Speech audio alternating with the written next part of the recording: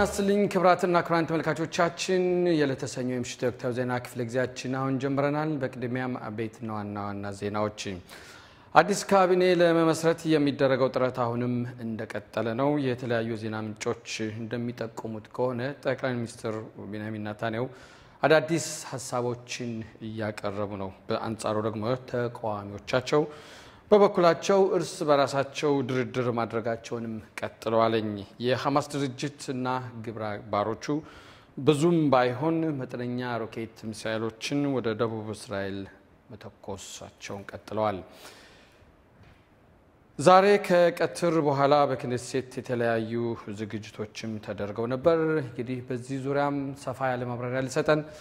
ጋቢ ወርቁ ፖለቲካ ዜናዎች ቃል አቀባያችን መስመር ላይ ይገኛል። በዙም ጤናስልኝ ጋቢ። ጤናስልኝ አይቸው። እንግዲህ ቀደም ሲል እንደተናገርኩትም ዛሬ ከቀትር በኋላ በክኔሴት ውስጥ የተለያዩ ንግግሮች ተካሂደው ነበር። ምንድነው የተነጋገሩበት ሀሳብ? አሁን እንግዲህ በዚህ በፓርላማ ስራቸው መሰረት ሰኞ ሁሌም የፓርቲው የእያንዳንዱ ፓርቲ ሊቀመንበር ያላቸውን ንግግር ያሰማሉ። በተለይ ወቅታዊ በሆኑ ጉዳዮች ንግግራቸውን ያሰማሉ። አሁን ያለው ሁኔታ ወቅታዊው መንግስት የማቋቋም ካቢኔ የማቋቋም ሁኔታ ነው። በዚህ ላይ ናፍታሊ ቤኔትም በመጀመሪያ ሜራብ ሚካኤሊ የሰራተኛው ፓርቲ ሊቀመንበር ሌሎችም እንዲሁ ንግግር አሰምተዋል። በንግግራቸውም ለምሳሌ ሜራብ ሚካኤሊ የሰራተኛው ፓርቲ ሊቀመንበር እሷ እንዳለችው ከሆነ እኛ መንግስት ማቋቋም እንፈልጋለን። እኛን ወክሎ የሚደራደርልን ያይር ላፒድ የየሽ አቲድ ፓርቲ ሊቀመንበር ነው እና መንግስት ማቋቋም አለብን፣ እናቋቁማለን። ሌላው ደግሞ ናፍታሊ ቤኔት ላይ የሰነዘረችው ሀሳብ አለ።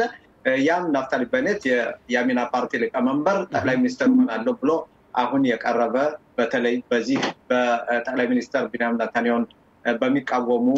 ፓርቲዎች የነሱን በመያዝ መንግስት አቋቁማለሁ ብሎ ያው ድርድር እያካሄደ ነው የሚገኘው። በዚህ ላይ ሜራብ ሚካኤሊ ያስተላለፈችው መልእክት ምንድነው? የት ነው ያለው? ከኛ ጋር ነው ወይስ ከጠቅላይ ሚኒስትር ቤንያሚን ኔታንያሁ ጋር ነው? ለሱ ተስፋ እየሰጠ እንደገና ደግሞ በዚህ ወደኛ መምጣቱ ይሄ ትክክል አይደለም፣ አንድ መምረጥ አለብኝ የሚል ሁኔታም አስተላልፋለች። ስለዚህ ናፍታሊ ቤኔት የያሚና ፓርቲ ሊቀመንበር ቀደም ብለው በሰጡት መግለጫ ለዋይነት በሰጡት መግለጫ ጋቢ ዚላስኪ ላቋርጥህና ናፍታሊ ቤኔት የያሚና ፓርቲ ሊቀመንበር 7 መቀመጫ ነው ያላቸው። 7 መቀመጫ ይዘው እንዴት ነው ጠቅላይ ሚኒስትር ሊሆን የሚችለው? ህጉስ ይፈቅዳል ወይ? የእስራኤል ህዝብ በዚህ ዙሪያ ምን አይነት አመለካከት አለው? ምን ይላል? በአንጻሩ ህጉ ይፈቅዳል። ህጉ በዚህ በክኔሴት በፓርላመንት ስርዓት እስራኤል የምትስተዳደረው ባለችበት መስተዳደሪያ ሌላውም ራሱ አንድ ብቻ የክኔሴት አባል ከሆነ እና 61 መቀመጫ ወንበር ያላቸው የሚደግፉት ካገኘ ጠቅላይ ሚኒስትር ለመሆን ይችላል ማለት ነው። ግን ሌሎች ከሱ በላይ እያሉ ከዚያም በላይ ለምሳሌ ሊኩድ 30 የመቀመጫ ወንበሮችን ይዞ እንደገና ያይር ላፒድ ደግሞ 17 መቀመጫ ወንበሮችን ይዞ ሌሎችም ከሱ በላይ እያሉ እንዴት 7 መቀመጫ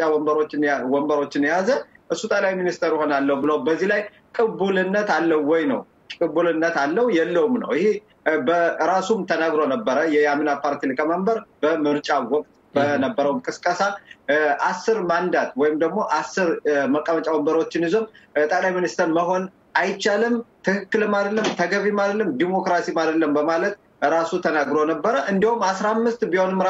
ይህም ራሱ ዲሞክራሲ አይደለም፣ እንዴት እንደዚህ አይነት 15 መቀመጫ ወንበሮችን ይዞ ጠቅላይ ሚኒስትር መሆን ይቻላል? ግን ከ20 በላይና 20 እንኳን ካገኘው ጠቅላይ ሚኒስትር ሆናለሁ በሚል ቅስቀሳ አካሂዶ ነበር። አሁን ግን 7 ምንድነው አሁን የተፈጠረው በእስራኤል ሀገር ይህ ፖለቲካ የፈጠረው ቀውስ ምንድነው? እያንዳንዱ እኔ ካላማሰልኩት ወጡ አይጥምም የሚል ሁኔታ ስለተፈጠረ አሁን ይህ ግርግር ደግሞ እኔ ነኝ ብሎ ደፍሮ ለሚመጣ አመችቶታል።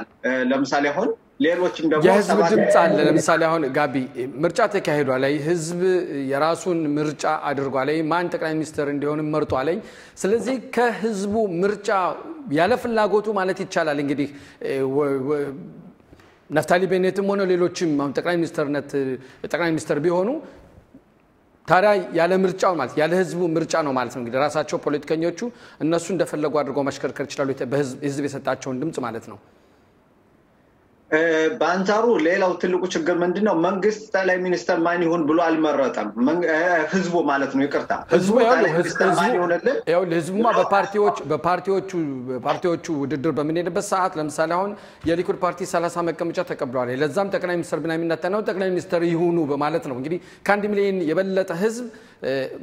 መርጧል የሊኩድ ፓርቲ መርጧል ያም የመረጠው ደግሞ ጠቅላይ ሚኒስትሩን ቢንያሚን ኔታንያሁ በጠቅላይ ሚኒስትርነት ይፈልጋቸዋል ማለት ነው በትክክል ህዝቡ በአንጻሩ ህዝቡ በከፍተኛ ድምጽ የሚሰጠው ያ ጠቅላይ ሚኒስትር ሆኖ ያስተዳድረናል ብሎ ነው የሚያስበው በዚህ ላይ ግን አንዳንዴ ህዝቡንም የመናቅ ሁኔታም አለ የህዝቡንን ፍላጎትና የህዝቡን ድምጽም ወይም ደግሞ የልብ ትርታም አለማዳመጥም ይሄም አለ እያንዳንዱ ብድግ ብሎ እኔ ጠቅላይ ሚኒስትር የመሆን የሚለው ሁኔታ ግን ስታየው ግን ሚሊዮን 1 ሚሊዮን 200 የሚሆን ህዝብ የመረጠውና ወደ 200,000 የሚሆን የመረጠው በዚህ ላይ በእውነት በጣም ማወዳደር አይቻልም ጋቢ ሰዓታችን አልቋል በእውነት ሰፋ ብዙ ጊዜ የሚጠይቅ ነው ወደ ኋላ በድጋሚ እንገናኛለን እስከዛ መልካም ቆይታ አመሰግናለሁ ወደ ቀሪ ዜናዎቻችን ስንልፍ ተመልካቾቻችን ኮሮና ወረርሽኝ በሽታ እየቀነሰ መምጣቱ እንደቀጠለ ነው በትላንትናው ዕለት ብቻ በበሽታው ተያዙት 77 ሲሆን ሁለቱንም ክትባት የወሰዱት 5 ሚሊዮንን አልፏል በበሽታው እስካሁን የሞቱት ቁጥር ከትናንቱም ለውጥ የለውም 6352 እንደሆነ ለማወቅ ተችሏል ወደ ኢትዮጵያ በመንመለስበት ወይም በመንጓዝበት ጊዜ በኢትዮጵያ ጸጥታና ሰላምን ለማረጋጋት የሚደረገው ጥረት ቀጥሏል በሰኔ የሚደረገው የብሔራዊ ምርጫ በማስመልከትም መራጮች ምዝገባ ማካሄዳቸውን እንደቀጠሉ ነው ወደ ውጭ ዜና ስናልፍ አሜሪካ የኮሮና ወረርሽኝ ክትባት ከ220 ሚሊዮን በላይ በየህክምና ጣቢያዎቹ ደርሷል የተለያዩ ዜና ምርጮች እንደሚጠቁሙት ከሆነ በአሜሪካ ህዝብ ሁለቱን ክትባት ከ125 እጁ እንደ ተቀበሉ ለማወቅ ተችሏል ክራትና ክራንት ተመልካቾቻችን አቤትና ዋና ዜናዎች እንደዚህ ነበሩ ማስታወቂያ ከማስታወቂያ ተመልሰናል አሁን ደግሞ እንደገና ከጋቢ ጋር እንነጋገራለን ጣናስትልኝ ጋቢ በድጋሜ ጣናስትልኝ አይቸው እንግዲህ የሐማስ ድርጅት እንደተለመደው በሚያደርገው እንግዲህ በየአመቱ የሚያደርገው ነው ይሄ በረመዳን ጾም ጊዜ ኢየሩሳሌምን ለማቀጣጠል ከፍተኛ ጥረት ያደርጋል ይሞክራልኝ የእስራኤል መከላከያና መንግስት ትግስታቸው ብዛት አለው ለምን እንግዲህ በመጀመሪያ ደረጃ እነሱም ሐማስ የሚፈልጉት ምን መሰለህ በዚህ ባል አጠቃላይ በአለም ያሉትን ሙስሊም ወይም ደግሞ የሚያስተሳስር ባል የጾም ጊዜም ስለሆነ ረመዳን በዚህ ላይ እነሱ በአለም ላይ ወይም ደግሞ በሙስሊሙ ደረጃ እነሱ ራሳቸውንም ለማስተዋወቅ አለን አትርሱን እንዴት ራሳችሁን ባይሆን እንኳን በዚህ የጾም ጊዜ እኛ ተወረነ ያለነ ስለዚህ እነሱ ሐማስ ሚሉት ማለት ነው ተወረነ ያለነ እናንተም ድረሱልን የሚል አንዳንድ ጥሪም እንግዲህ መልእክት ለማስተላለፍ ነው ስለዚህ እነሱ የሚያደርጉት ምንድነው አሁን አንደኛ መኖራቸውን ለማስተዋወቅ ሁለተኛም ደግሞ ሁሌም የሚያልሙት እና የሚፈልጉት ምንድነው እስራኤልን ማወክ ነው የእስራኤልን ህዝብ በየጊዜው በፈለጉት ሰዓት የእስራኤል ህዝብ ማወክ የእስራኤል ህዝብ በሰላም እንዳይኖር በሰላምም ያለው ህይወቱን እንዳይመራ ለማድረግ የሽብር ፈጠራ ድርጊት ምን ጊዜም ይሄ ነው እነሱም የሚያደርጉት የሽብር ፈጠራ ድርጊት ነው ስለዚህ በዚህ ጊዜ በረመዳን ጊዜ አሁን ያለው የጾም ጊዜ ነው በቀን ያው ጾም ይውላሉ ወደ ማታ አካባቢ ከ7 ሰዓት በኋላ እነሱም ጾሙን ይሰብራሉ እዛ በኋላም ደግሞ በጧት ደግሞ ጾም ይጀምራሉ ማለት ነው ስለዚህ አሁን ሐማስ የሚፈልገው ምንድነው አንደኛ ሁሉን ሙስሊም በሙሉ ለማነቃቃትና ለማስነሳት ይሄ ከሆነ ደግሞ እስራኤልን ሁሉም እንዲያወግዙ አንደኛ እነሱ የሚፈልጉትን እንዲያገኙ ማለት ነው ያ ሲሆን ነው እንግዲህ የሐማስ ትልቁ ኃይሉ ምንድነው ህዝቡን መረበሽ ነው መበጥበጥ ነው እንዳለ ከጋዛ ውስጥ ችግር ሲፈጠር ራሳቸው እርስ በራሳቸው ችግር ሲፈጠር ሮኬት የሚተኩሱት ወደ እስራኤል ነው አዛ በኋላ አይ እስራኤል ልትደመስሰን ነው እስራኤል ልደበድበን ነው ስለዚህ ሁላችንም አንድ መሆን አለብን የማለት ራሳቸው ለመታረቅ ይሄን ይተቀሙበታል እስካሁን ድረስ ያደረጉ ያለው ይሄን ነው ስለዚህ ሐማስ ለምሳሌ ጋቢ አሁን እዚህ ላይ ሁላችንም አንተም ቢሆን በርግጠኝነት ተመልክተዋለኝ ባለፈው ሳምንት መጨረሻ አካባቢ ፖሊሶችን እንኳን ራሱ በተለይ በኢየሩሳሌም ውስጥ የነበረው ሁከት ራሱ ፖሊሶችን ካሁን በፊት ተደርጎ የማይታወቅ ነገር ነው ማለት ይቻላል ምክንያቱም ካሁን በፊት ፖሊሶችን ሁሉ የሚደበድብ ወይም እስራኤልን ተቃውሞ የሚናገሩ ነገሮች ማለት ፊታቸውን በመሸፈን ነበር አሁን ግን ፊታቸውን ሳይሸፈኑ ማንንም ሳይፈሩ እንደውም ፖሊሱን ከመደብደብ ሁሉ ጀምረዋል ካሜራው ያያዛቸው በካሜራ እንደሚቀርጹ ያወቁ ፖሊስን መደብደብ ሁሉ ጀምረዋል እንዛ ላይ ይሄ ሁሉ ሁኔታ ከምን የመነጨ ነው የእስራኤል ዝምታስ ቸልተኝነትስ ከምን የመነጨ ነው ለምንድነው እርምጃ ሊወሰድ የማይቻልበት ምክንያት ሀይቸው በጣም ውስብስብ ነው በመጀመሪያ ደረጃ ባለፈው ሳምንትም ያነሳውና አንዳንድ የአረብ ወጣቶች በእስራኤላውያን የፈጸሙት ድብደባም ነበር ያ ወዲያውኑ ነው ፍርድ ቤት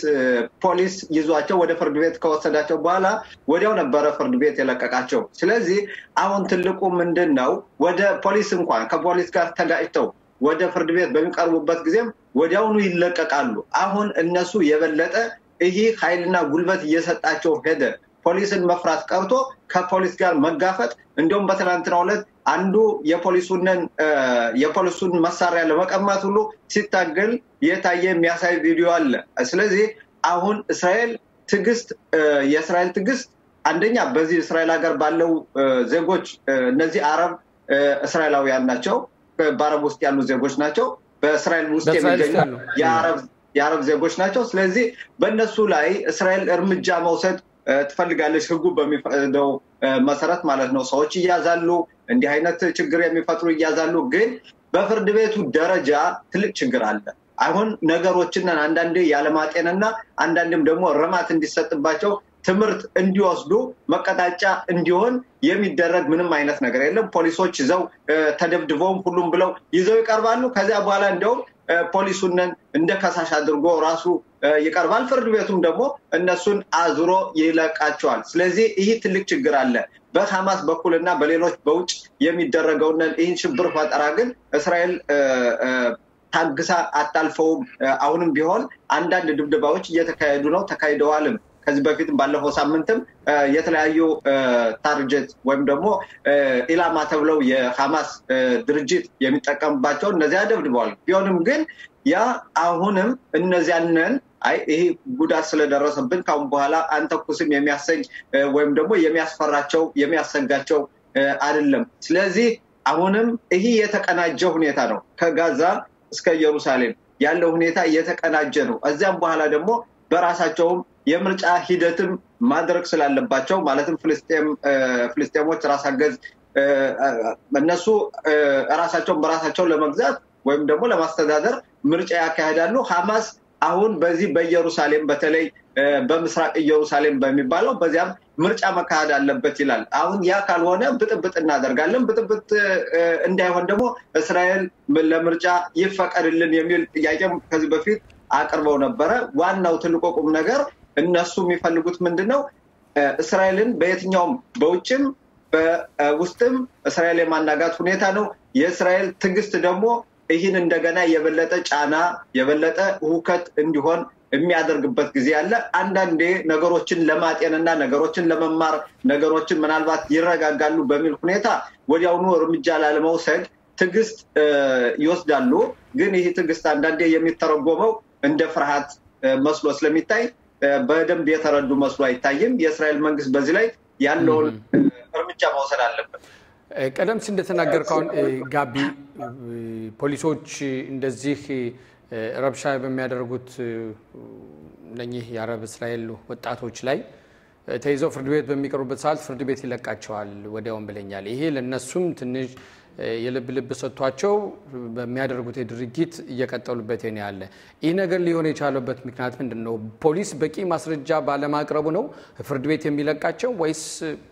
ሌላ የተለየ ጉዳይ አለ እኛ ማናውቀው? እኔ አንዳንዴ ብዙም የምንረዳው ነገር ያለ መስሎ አይታየኝም። አንዳንዴ እኔም ለምሳሌ በዚህ በምሽማር አግቡል ነበር ያገለገልኩትና አብዛኛውን ሽብር ፈጣሪዎች ወይም ባክቡክ ታቤራ ወይም አንዳንድ በዚህ ተቀጣጣይ የጠርሙስ ሳት የሚያቃጥሉና የሚሰዱ በጣም ጉዳት የሚያደርስ ያ ሁሉ ተይዘው ዞሮ የሚለቁበት ጊዜ አለና እኛ በእውነት በጣም የምንረዳው ጉዳይ አይደለም። ፍርድ ቤቱ ለምን ይህንን በጥሞና እንደማይመለከተውና ጉዳቱ እንደሚያመዝን አይቶ ተመጣጣኝ የሆነ ቅጣት እንደማይሰጥ በዚህ ላይ በጣም ማንረዳው ጉዳይ ነው። ቢሆንም ግን አንዳንዴም ደግሞ መረጃም ላይገኝ ይችላል። ምክንያቱም ፖሊስ ባለው ሁኔታ ይዘዋል። ከያዘው በኋላ አንዳንድ ከፖሊስም ስተት ይኖራል። ያዘበት ምክንያት ለምን ነበር እንዴት ነበር በሚለው ላይ በዚህም ትልቅ ችግር ሊፈጠር ይችላል። ቢሆንም ግን አሁንም የሚያስፈልገው ህጉ እዚህ ላይ ጠበቅ ማለት አለበት። ያ ከሆነ ነው እንግዲህ ሌሎች ደግሞ ተነስተው እስራኤላውያን ዜጎች ህግን መከተል የሚፈልጉ እንዲህ አይነት ነገር ሲኖር ደግሞ ህጉን በእጃቸው እንደ ወስደው እንዳይጠቀሙና ሌሎችም ጉዳት እንዳያደርሱ ሌሎችም ተንቆርጠው የሚጠብቁ ባረብ ጉዳት እየደረሰብን ነው። እንደዚያ ፍርድ ቤት ወይም የእስራኤል መንግስት ይህንን ማያስቆም ከሆነ አጣፋውን እንወስዳለን የሚሉ ለምሳሌ እንደ ለሃባ የሚባል ድርጅት የቀኝ አክራሪ ድርጅት ነው። ሌሎችም አሉ። እነሱም ደግሞ እኛ እንደዚህ ከሆነ እጅ በእጅ ከነሱ ጋር ይዋጣልን የሚሉም አሉ እና ያ እንዳይሆን አንደኛ የፖሊስ ስራ የሚያደርገውን በደንብ አድርጎ ሊሰራው ይገባል። ፍርድ ቤቱ ፖሊስ የሚያመጣውን ነገር ሁሉንም ጥፋት የሌለበትን ጥፋተኛ ነው ብሎ ያስገባው ማለት ሳይሆን በእርግጠኝነት የሚታዩ በቪዲዮ በተንቀሳቃሽ ምስል የሚታዩ የሚያደርግ ድርጊታቸው እየታየ ፖሊሶችን ራሱን እየዘለፉ እየሰደቡ እየደበደቡ በዚህ ላይ እንደገና ዙረው የሚለቀቁበትና ከተለቀቁ በኋላ ይሄ እኮ ነው እንደ ጀግና ሆነው የሚቀበሏቸው ስላለ ይሄም ይገፋፋቸው። ይሄ ነው እንግዲህ ያለው ማስረጃ ነው የምልህ የፈለኩትኝ። ቀደም ሲልም አሁን በእያንዳንዱ ከተማ ውስጥ ማለት ይቻላልኝ ካሜራ አለ ለደህንነትን የሚጠብቅ። በዛ ካሜራ ደግሞ በተለይ እዚህ አካባቢ ደግሞ በጣም በትንሽ ነገር ሁከት ሊነሳ የሚችልበት አካባቢ ነው። በተለይ ኢየሩሳሌም ውስጥ ያለው ሁኔታ እና ብዙ ማስረጃ ያለ በእንደዚህ አይነቱ በቀላል ሁኔታ መልቀቅ ማለት ምናልባት ፖሊስም ሆነ መንግስት ወይም ፍርድ ቤት የበለጠ ትኩረት ሊሰጠው የሚገባ ጉዳይ መስሎ ይታያል። የከተማው ህዝብስ ይሄን በተመለከተ እንዴት ያዋል? በተለይ የኢየሩሳሌሞች በዚህ ሁከት የተነሳ እነሱ የሚሉት ምንድነው? ስሜታቸው እንዴት ነው? ወደ ደቡብ ስንመለስ ደግሞ አሁን በዚህ ከጋዛ ሰርጥ በሚተኮሱ ተምዘግዛጊ ሮኬት ሚሳኤሎችም የቅርብ ተጎጂ ያሉት እንጂ በደቡብ የሀገራችን ክፍል የሚኖሩ ህብረተሰቦች ናቸው። የነሱ ስሜትስ እንዴት ነው? እነሱስ ምን ይላሉ? በዚህ ዙሪያ እስኪ በሁለቱም አቅጣጫ እስኪ ባለችን ጊዜ ውስጥ ተመልከትልኝ። በመጀመሪያ ደረጃ በኢየሩሳሌም ያለውን የህብረተሰቡን የህዝቡን ስሜት ብናይ በጣም ስጋት ላይ ነው። ምክንያቱም እነሱ የሚሄዱበት መንገድ ያን መንገድ አቋርጠው ወደ ኮተላ ማዕረቢ ወይም ደግሞ ወደ ምዕራባዊው ግድግዳ ከዚያ በመሄድ ጾለትን ለማካሄድ ይሄዳሉ። ስለዚህ እዚያ ለመድረስ ደግሞ ግዴታ የአረቦችን ክልል ማለፍ አለባቸው። እዚያ በአረቦች ደግሞ እየተደበደቡ ነውና ስሜቱ በጣም ከበጣም በላይ ነው። ብዙዎች አሁን ከመሸ በኋላ ራሱ ለመውጣት እየሰጋን ነው። ወደ ቦታው ለመሄድና ጾለትም ለማካሄድ እየሰጋን ነው። ፍርሃት እየመጣብን ነው። ስለዚህ በየቦታው እየተደበደብን ነው። ይህ ትክክል አይደለም። የእስራኤል መንግስት ይህንን አንድ ሌላው ይገባል። ካልሆነ ግን ያው እኛም የሚያስፈልገውንና የምንችለውን ያህል ለራሳችን ለመከላከል እንሞክራለን የሚል ሁኔታም አለ። በደቡብ በኩል ያለው በእውነት ከ10 ዓመት በላይ 15 ዓመት በላይ ይህ ሁሉ ጊዜ ባልጠበቁበትና ባልተዘጋጁበት ጊዜ ሁሉ ጊዜ ጦርነት አለ ሳይባል እንዲሁ ብድግ ብሎ ሮኬት የሚተኮስና ሰዎችም ደግሞ ተደላለው ከተቀመጡት ከቤታቸውም እንደገና መሮጥ አለባቸው ወደ ሚክላት ወይም ደግሞ ወደ መጠለያ ቦታ መሄድ አለባቸው ይሄ ሁሉ ጊዜ ሽብር እየፈጠረ ነው በህብረተሰቡ ላይ ሽብር እየፈጠረ ስለሆነ ስሜቱ በጣም ከመጠን በላይ በእውነት የሚገርመው በዚህ የሚገርመው ነገር ምንድነው ጋቢ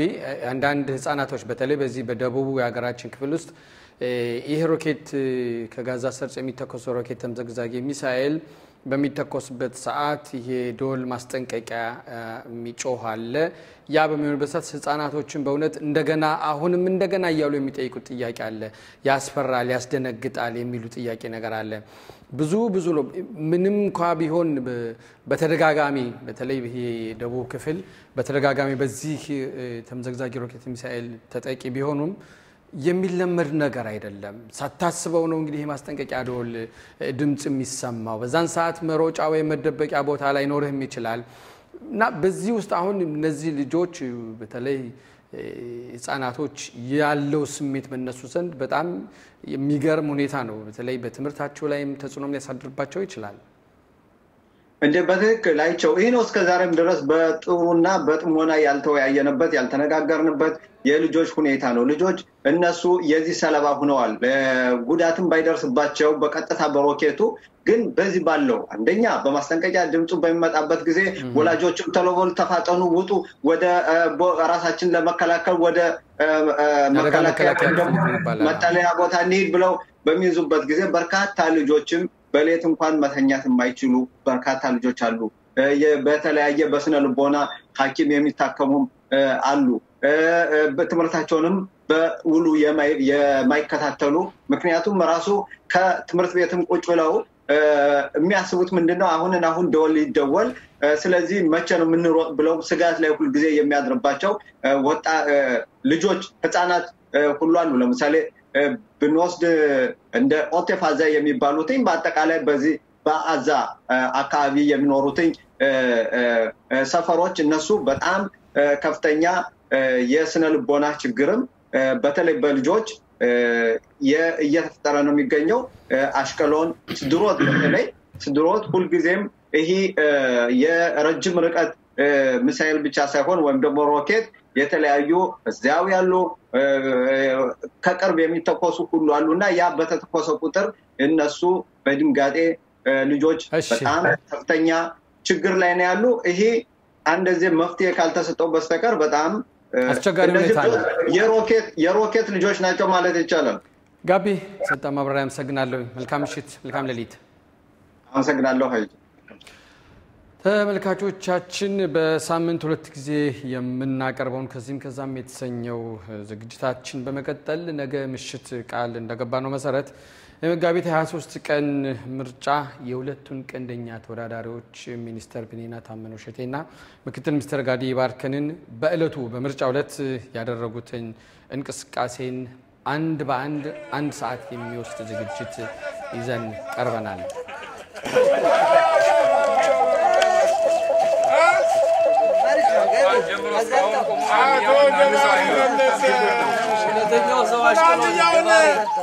زومة ترى تنقطني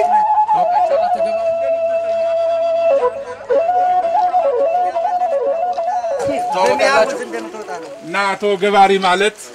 إني أجنا سانف ولد سن تولدن سنارك بس سان بالنسو تاركنا دقن الناس انقدي هاجر استدادرو عاق انتو بالنسو باستمارو نتمرتنا ونكون على زي من بقى والناسو ብዙ በአገር አቀፍ በዚህም በስሜንም በትግራይም በቋራም በደንቢያ በእነሱ ዘመን ኢትዮጵያ ሳሉ እነሱ ነው በተስራኤል ሲይዙት ነበር እኛ